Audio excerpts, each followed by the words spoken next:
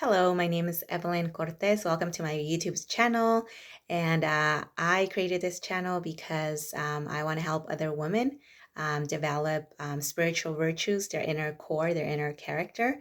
I know there's a lot of material out there in social media regarding the external, how to look good, how to feel better externally, things to do externally. And that's actually not what I want to focus. I want to focus in the inner core, building the inner core.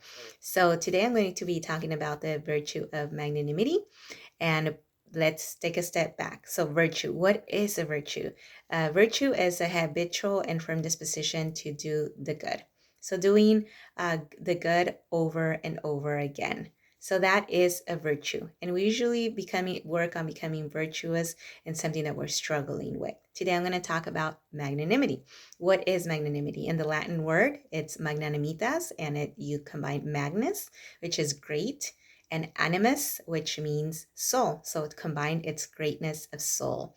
So think about like perseverance. A person who is magnanimous is going to persevere. And magnanimity says God will provide the grace for each step. So you think about, moving forward in faith, whether that be in a project and something that you want to start, some action you want to take, but you are not fully decided to move forward because you're doubting. Well, magnanimity says, hey, like you don't have to have it all together. Like take the step, God will provide, having that trust that God will provide the grace as you're taking the steps. So the way that I like to describe this is Jeanette with Women of Grace.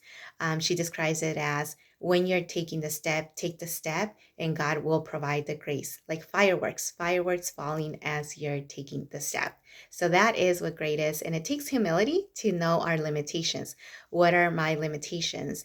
No more, no less, just what they are, and then asking for God to provide his for his providence to provide what we need, and then acting it out.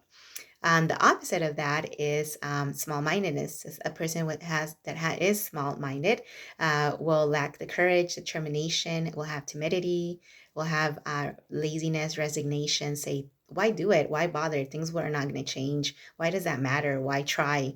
Having a lot of lukewarmness, and then also a lack of sacrifice. And then magnanimity also shows itself in other ways.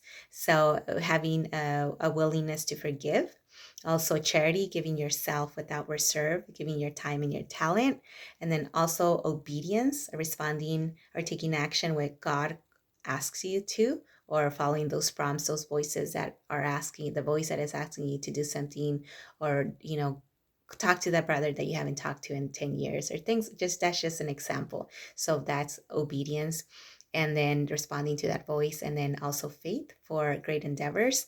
Like cathedrals were built with few resources. I think about, for example, St. Patrick's Cathedral, right? Like I don't know whether the people that built St. Patrick's Cathedral in New York had a lot of resources, but I do know that what they built is amazing, and it's beautiful in New York. When I was over this spring and I saw it, and I was just at awe. And I think of other places that I visited, like in Spain, the Ignatius of Loyola, his home, his castle, and I was like at awe.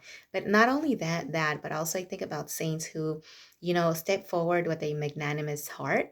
And that was Mother Mary, for example, who at the moment that the angel revealed to her, hey, you're gonna have a son, and she's like, "What? I'm not even married. I'm not seeing anyone, and I'm gonna have a son." And the angel tells her, "Yes, by the whole power of the Holy Spirit." And even though she's like, "How could this be?" She says, "Okay, fiat, let it be according to your will, God." And then we know what ends up happening, that she has baby Jesus, and she's an extremely strong woman, a woman who persevered to the end, and who was with her son till the end. I also think about Mother Teresa of Avila, who also founded a new branch of the Carmelites, and known as the Discalced Carmelites, and she renewed the ancient Carmelite order because they had become very relaxed in their affairs, and she brought back tradition and longevity. And she founded several convents and more monasteries in Spain. And she also founded St. Joseph's, one of the monasteries in Spain, and which is still standing today. And I actually got to see many years ago when I went to Spain. And then I also think about Saint Cabrini, who came to this country, and she was Saint Cabrini was Italian. She came to New York, and she founded a hospital, an orphanage.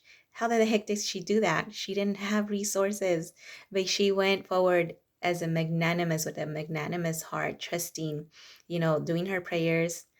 I'm sure she was doubtful. I'm sure she was fearful, but yet she stepped forward, and God provided the grace that she needed to complete those projects. And I also got to see her first home that she founded in New York when I went this spring. So that was really awesome. And so I just want to, encourage you, like, to move forward. And I don't know of another way. Maybe there is another way. Maybe there is. I'm not sure. But what I do know is that when I struggled in my life to move forward, to try to figure it out, like, and I've invited God, and I've asked God to lead me, to guide me, to create this magnanimous soul in my heart. He has led me. He has guided me.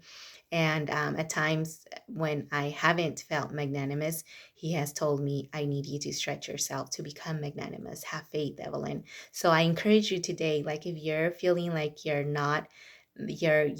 been stuck, or you feel like maybe, or have thoughts, this is what I could do, this is what I might want to do, but I'm not feeling it, or you're in the opposite of magnanimity, which is the mindedness.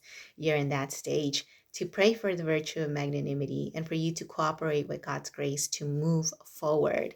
So I just want, I want encourage you to actually talk to God.